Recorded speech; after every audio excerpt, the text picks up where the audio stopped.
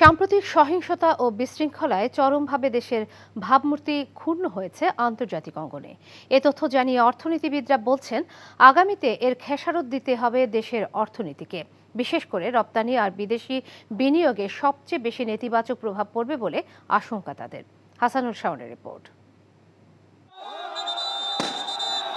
সাম্প্রতিক বিশৃঙ্খলায় বড় ধরনের ধাক্কা খেয়েছে দেশের অর্থনীতি। কারণ উদ্ভূত পরিস্থিতিতে বেশ কদিন স্থবির ছিল ব্যবসা বাণিজ্য। মূল্যস্ফীতি, রপ্তানি আর বিনিয়োগ সহ অর্থনীতির বেশিরভাগ সূচকেই পড়বে এর নেতিবাচক প্রভাব, যার ঘানি টানতে হবে অনেকদিন। বৈদেশিক মুদ্রার রিজার্ভের টানাপোড়েনের সময়ও অনেকদিন ধরেই মন্থর গতি রপ্তানিতে। সাম্প্রতিক পরিস্থিতিতে বেশ কদিন বন্ধ ছিল সব ধরনের রপ্তানিমুখী কারখানা। এখন জন্ম সনদ দিয়ে খোলো বিকাশ স্টুডেন্ট অ্যাকাউন্ট, নিজের বিকাশ নিজে কর। অর্থনীতিবিদরা বলছেন, এতে বিদেশি ক্রেতাদের আস্থা কমেছে।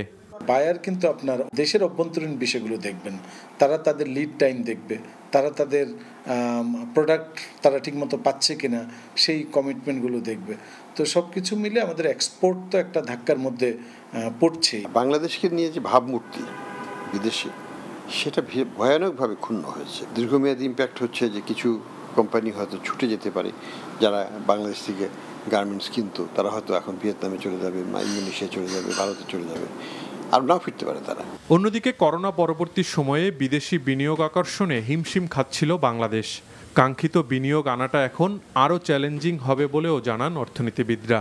এই পরিবেশে তো বিনিয়োগের প্রশ্নই উঠে না, সেটা দেশি বিনিয়োগই হোক আর ফরেন ডাইরেক্ট ইনভেস্টমেন্টই হোক, কোনোটাই হবে না। বিনিয়োগ যারা হয়তো চিন্তা করতো বাংলাদেশকে নিয়ে, তারা হয়তো সেটা অল্টারনেটিভ ডেস্টিনেশনে তারা চলে যাচ্ছে, সেটা তার ফিরবে না। বিদেশিদের কাছে আমাদের একটা বার্তা দিবে যে আমাদের কস্ট অফ ডুইং বিজনেস কিন্তু এমনিতেই বেশি। বহির্বিশ্বে যে একটা আমাদের যে ইমেজের যে বিষয়টা আছে, সেই জায়গাটা, সেটা সেফটি সিকিউরিটির থেকে আরম্ভ করে ফরেন ইনভেস্টমেন্টের ক্ষেত্রে আমরা সবসময় বলি যে আমাদের ইনভেস্টমেন্ট লাগবে। ইনভেস্টমেন্ট যদি না হয়, এফডিআই বেসড ইন্ডাস্ট্রিয়ালাইজেশন লাগবে।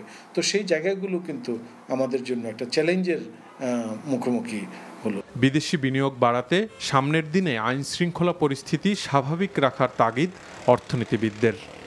Hasanul Shaon, NTV news, Dhaka.